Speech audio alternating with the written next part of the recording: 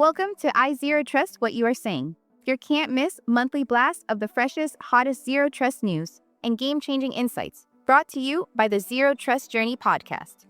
We've done the digging. All sources are linked in the show notes. Our hosts break down the news and share expert insights to keep you ahead in Zero Trust. Let's dive in. Hello, everyone. Welcome to another session of Zero Trust Journey podcast. This is a special segment where we cover Zero Trust news, where we talk about all the Zero Trust related news happened in May. There are about 4 to 5 top ones that we will discuss, and rest we will put in the show notes. With me, I have Elnaz Webro, host at Zero Trust Journey. She will be giving her opinions as we go through the news segment as well. From Forbes Technology Council, the future of cybersecurity leadership, Universal Zero Trust. The first one is actually from Forbes, and when I read this one, this actually reminds me of the proactive versus reactive Zero Trust. So I'll start with the proactive one where I don't know if you remember the GitLab story, when they were looking at Zero Trust, the whole situation with having the endpoints and identities and users. So they adopted Zero Trust to actually be their proactive approach versus the T-Mobile. They had multiple breaches. They went through all the fines and stuff, and then they adopted Zero Trust. So when I'm reading this article, this has a lot of good information about the leadership catalyst and the change you required for Zero Trust. This also talks about, this aligns with the NIST ZTA as well. So I see a little bit of kind of resemblance there. What is your take on that one? Thank you, Victor. So the term universal zero trust architecture, it's not a recognized standard in industry at the moment. It is essentially a marketing term that I see that they're introducing as the next step in zero trust architecture. Well, the concept sounds great in theory, but the reality is we're not there yet. To me, this feels like a step too far at this point, and it could add unnecessary complexity and confusion to organizations that are already struggling to implement the basic zero trust architecture. So now here's the thing, trying to sell a more holistic model like UZTA, Universal Zero Trust Architecture, feels like trying to use the Force before mastering the Jedi training. Star Wars fans, we all are, right? So first we need to focus on getting the ZTA right, get that a strong and solid foundation in place, and then we can talk about expanding it to something more universal or proactive, as you mentioned. Sure. Yeah. They did have this quote from Gartner where the recent research from Gartner indicates that universal ZTNA is expected to grow to widespread adoption. So got greater than 40% by 2027. So I'm positive where people who have organizations who have started their zero trust journey long ago and matured it at this point, they might be adopting this universal ZTNA. One thing it really struck me when I'm reading this article is that they started with establish a security first culture. Look, that's not new. That's not something different. We've been talking about as general security, cybersecurity framework and program and process that build security first culture. So with this one now, it's going to be embedded in your DNA because now they're going to be talking about business processes. They're going to be talking about non-technical terms to really enforce the zero trust. Then they also, towards the end, they also talked about the invest in seamless security infrastructure. I read an article recently where they were talking about the least amount of IT infrastructure to move the best and far for your organization so that you don't have those 50, 70 clunky IT or security platforms or solutions that are trying to work together. You have the least amount of or seamless amount of security solutions who are integrated enough and moving you further. Your opinion on that one, Al? No, I agree with you. But again, it all goes back to, are we in general ready for that? So I would say, again, because we see a lot of organizations, especially government agencies and healthcare, that they're struggling implementing the zero trust, right? So I agree with that UZTA being a better approach and maybe more mature approach for zero trust architecture. But overall, I think it's going to take a little while for us to get there and even like prepare to implement it in our organizations. So again, 2027, I heard from you. I think that's the kind of feasible deadline. And I can see like in a couple of years, more organizations that are going to adopt it. From Carasoft, Palo Alto Networks on Operationalizing Zero Trust Architecture in Government, from Concept to Implementation. So this one is from Caresoft, and I like the title actually, Operationalizing Zero Trust Architecture in Government Environments. Look, the whole Zero Trust thing actually started from government. So if you look at the federal space, actually, you look at the Navy, the success story from Flank Speed. We talked about this with Zach Pugh, our co-host here. Now there's a ripple effect. The agencies which really led the charge for Zero Trust, now they're really becoming the catalyst, and all the remainder of the government agencies and segment, they're trying to play a catch up. With this article, when I'm reading it, they talked about the NIST, they talk about NCCOE, which is National Cyber Center of Excellence. I think they're going back to why we created Zero Trust, or what was the reason that Zero Trust existed to begin with. That's what they're trying to actually bring the fabric back to government agencies and our environments. Your opinion, El? Well, I would say the zero trust itself isn't the hard part. Getting organizations to adopt it is. So government agencies, especially federal ones, we know that they are historically very slow to move. So while the idea of implementing zero trust with things like identity governance, microsegmentation, and STPs is solid, we have to think about the resources that is required for such an overhaul. I read the article earlier today. The article throws out concepts like, SASE and STPs, and it's as if they're magic solutions. But let's face it, all this requires a significant investment in both time and also resourcing and finding. Are all these agencies really ready to make that leap? For many, just getting basic zero trust frameworks in place is already a massive task. I'm not saying these concepts aren't important. They absolutely are. But my opinion here is simple. Start with the basic, focus on identity and least privileged access first, and then scale it from there. Trying to bite off the whole zero trust elephant at once will just overwhelm organizations. And I would say they just need to focus on achievable goals, not theoretical paradigm.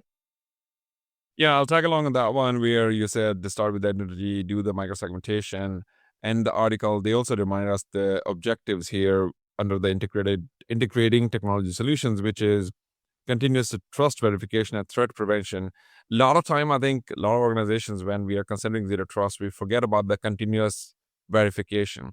That is a key pillar in there that we need to keep reminding ourselves that the traditional way of security is that you have the EDR, XDR, NDR, and DLPs and the email security. But the key piece of zero trust is that I'm going to continuously test verification.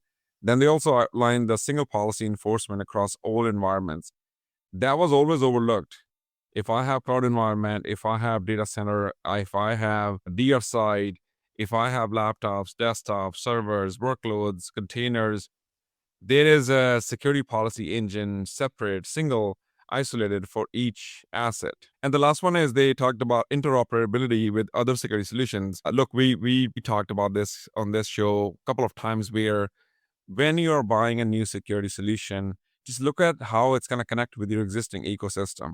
Let's not buy yet another disjointed solution that cannot integrate. So I think this is more to zero trust architecture, how to mature, but it also reminds the basics, the fundamentals that where you go with the continuous verification along with what you said, Al. Anything you want to chime in when they talked about community collaboration and a holistic approach when it comes to the whole project and the importance in zero trust? Well, you covered the most of it. And again, as I mentioned, we should start with making sure the foundation, the fundamentals is there.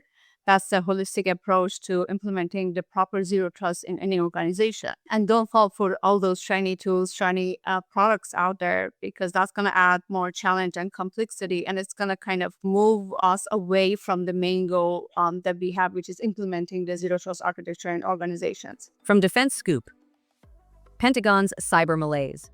Zero trust deadlines, but zero urgency.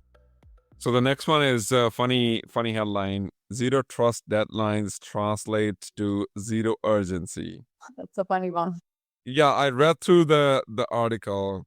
I will jump right into where they're talking about no more soft goals, far off timelines, because that's what happens when you have a goal which is far off. Then you get a sense of that we have time. we have enough time, and we might not. So they're breaking this down into like bringing the deadlines and KPIs, really measure where we're going with this one. There's one part where they talked about that the whole CIO must work with all levels of the command to alter the calculus in adversary cyber division decision making. Look, even in the private sector, we face the same problem where a lot of these projects are executive sponsored, but at the end of the day, we didn't bring our right partners in the business units. We didn't get the right buy-ins, and it just falls through it. Anything you want to add to it when you read this article? What is the quite of a deadline? And that is very interesting. It's like a 2035 deadline for zero trust implementation.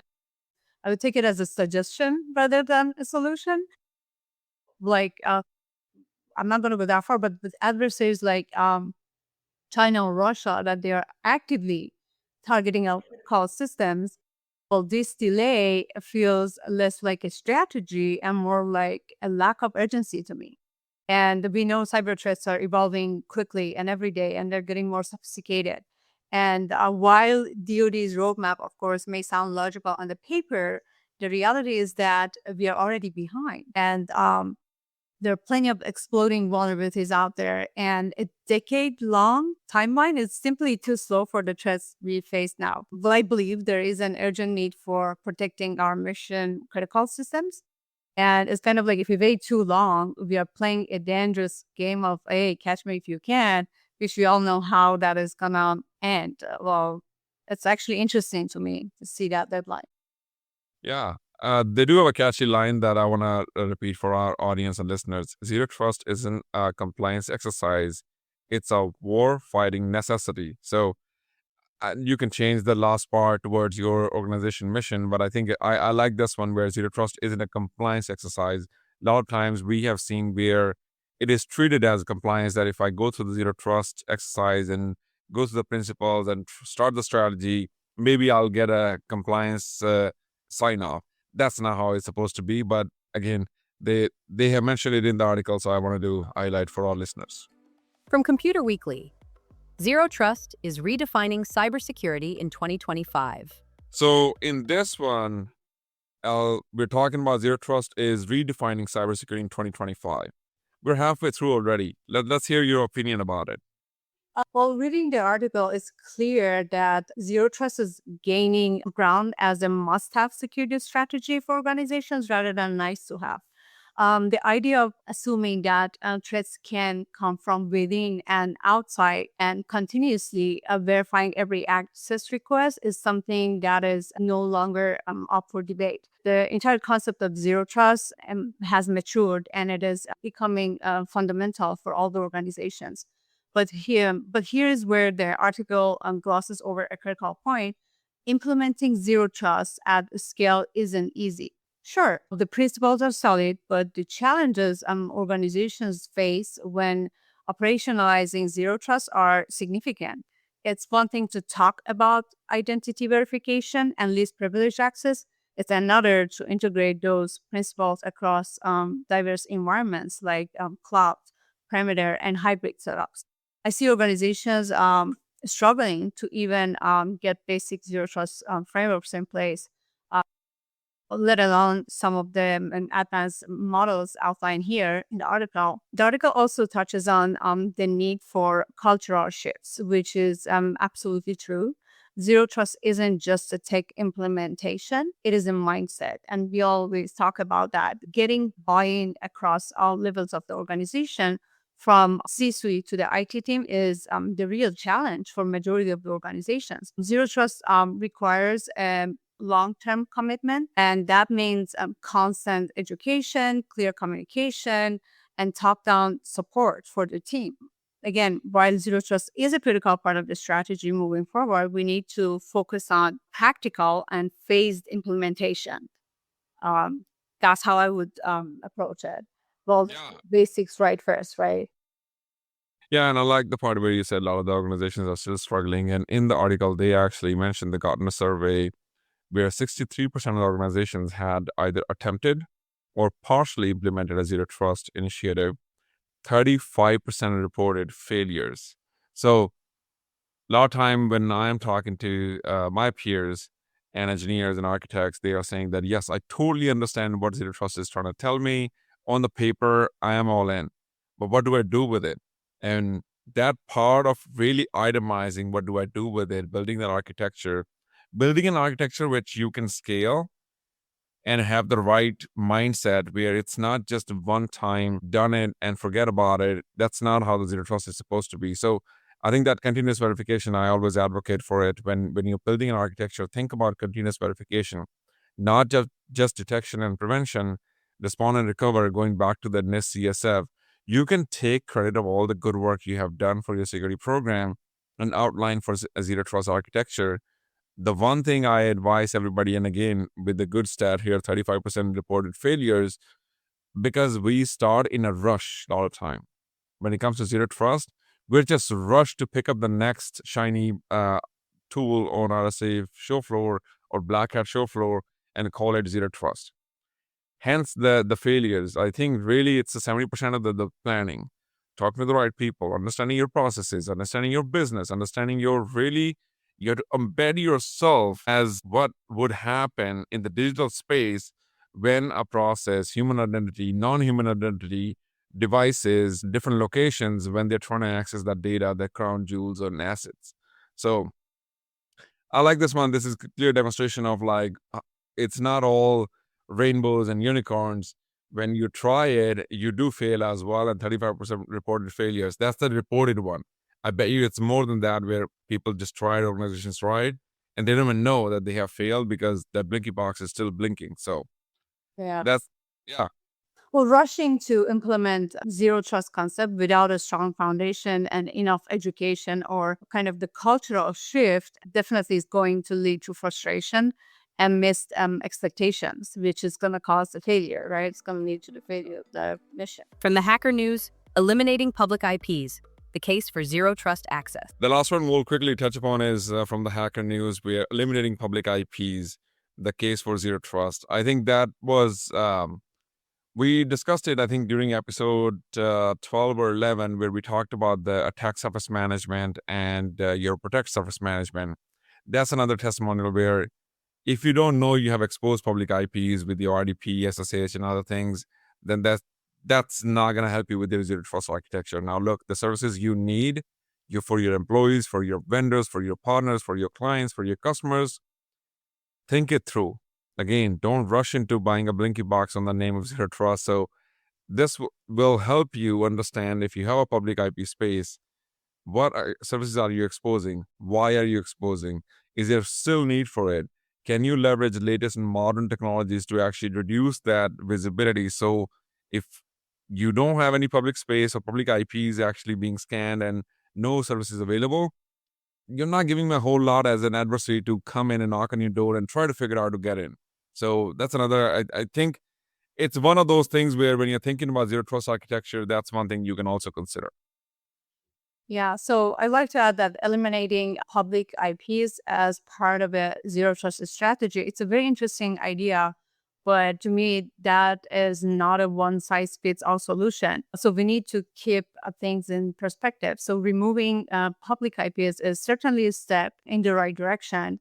It is essentially hiding your attack surface from the outside world, making it harder for attackers to locate and target your systems, internal systems. But it's a huge challenge for many organizations, especially those with legacy infrastructures. We know there are organizations that they have legacy systems, Windows XP, or servers that they cannot be upgraded due to certain scenarios. So those heavily rely on, availability. So it's easier said than done. Making everything private and invisible requires careful planning from network re-architecture to adopting secure methods like private link services or VPNs to handle the internal communication. And here is the thing, the zero trust isn't just about eliminating the public IPs, it's about validating every request. So whether internal or external, before granting access, we need to make sure we validate that request. So hiding the IP cannot be the only measure to take to achieve the zero trust. It's a small piece of a much bigger puzzle that involves identity management, as you mentioned, continuous authentication, and context-based access controls. without those simply removing IP doesn't cut it up. Yeah, no, 100%. I think this one is more relevant to the organizations who have like /29 or /28 public IPs, and they're just keeping it, or they use it for dev, or they use it for testing.